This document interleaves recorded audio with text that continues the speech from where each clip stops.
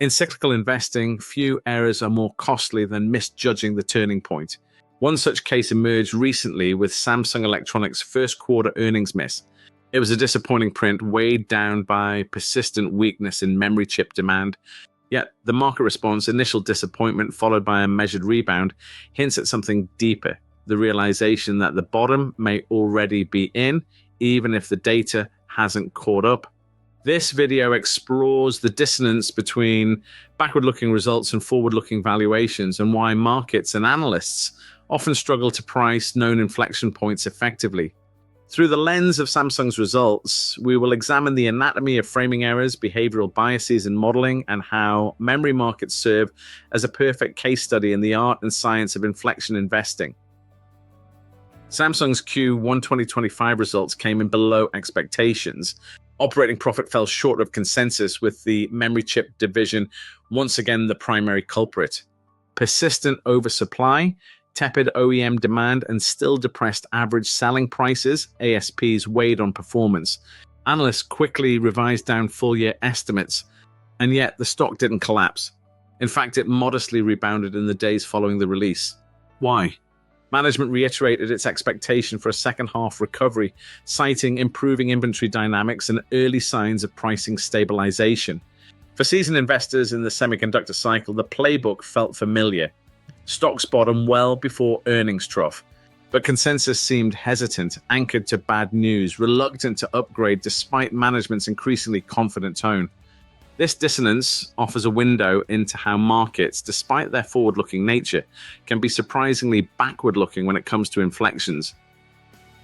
Analysts are often taught to model based on observable data. While logical, this practice tends to create inertia, particularly around turning points. Anchoring to recent results, applying modest sequential changes, and building base, bull, and bear cases rarely captures true cyclical inflections. This is especially true in semiconductors, where supply-demand dynamics shift faster than financial statements reflect. By the time inventory is cleared and ASPs rebound, the stock has often already re-rated. Yet analysts, bound by recency bias and conservative extrapolation, tend to underweight the qualitative cues that precede the turn. What makes this worse is the reinforcement loop between management tone, sell-side inertia, and buy-side caution. Until the sell-side adjusts numbers upward, many PMs hold off on adding exposure. But by the time numbers move, so has the stock. Samsung's case fits this pattern perfectly. The DRAM and NAND markets are notoriously cyclical.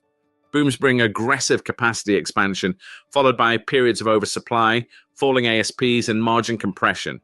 Eventually, production cuts, capex pullbacks, and demand normalization lead to a bottom. What matters for investors is that the bottom in valuation typically precedes the bottom in fundamentals. In previous cycles, 2015 to 2016, 2019, even 2023, stocks rebounded months before ASPs turned. The reason is simple: markets anticipate, but they don't always do so efficiently. Inflections occur in narrative space before they show up in data.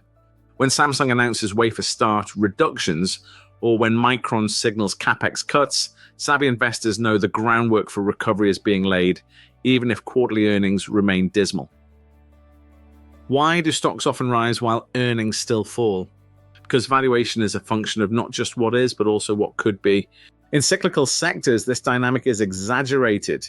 The market seeks to price future recovery, but does so inconsistently, frequently overshooting or underpricing inflection risks. This creates windows of opportunity for investors who can stomach uncertainty. Micron's rebound in late 2019, despite ongoing losses, was driven by precisely this dynamic. The worst was already known, and the next chapter was priced in before it arrived. With Samsung, the mild post-Q1 rebound suggests some investors believe we're nearing that point. Yet, many analysts remain anchored. That lag presents opportunity. Samsung didn't just guide to an H2 recovery, they backed it up.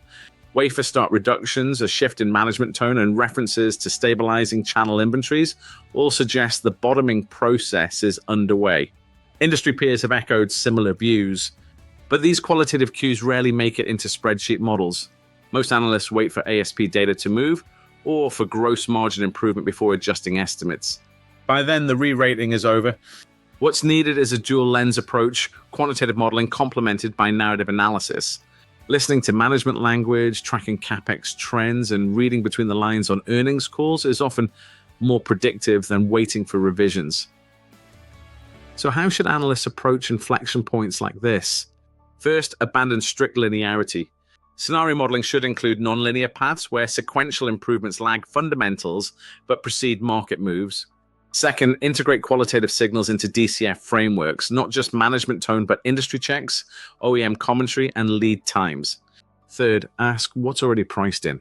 Reverse engineering the valuation implied by the current share price using mid-cycle margins or recovery multiples can reveal whether the market expects a rebound or is still bracing for more pain. Lastly, don't be afraid to be early. Risk-managed contrarianism, supported by a thesis rather than blind optimism, can generate superior returns during cycle turns. Of course, not all management optimism is justified. There are risks. AI-driven demand might not materialize as expected or might not offset smartphone PC weakness. China demand remains fragile. Macro conditions, interest rates, inflation, geopolitics could delay recovery. In other words, the market may be right to wait for clearer signals. False bottoms happen. Inventory drawdowns can stall. Valuation can remain compressed if confidence fails to materialize. Yet, even this caution doesn't negate the broader point. Pricing timing is where inefficiency lives. Whether you're early or late, recognizing that inflections are harder to model than magnitudes is critical. Samsung's Q1 story is just one chapter in a larger narrative, how markets handle known unknowns. We often know what will happen, memory recovery, demand resurgence, but not when. That timing uncertainty leads to inefficient pricing. This isn't unique to semis. Commodities, shipping, industrials all show similar dynamics. When the bottom is in sight, but not yet visible in numbers, analysts hesitate, models lag, and prices misfire. Recognizing this blind spot is a source of edge, not through clairvoyance, but through better framing, deeper context, and more flexible modeling. Samsung's earnings miss wasn't just about weak memory demand.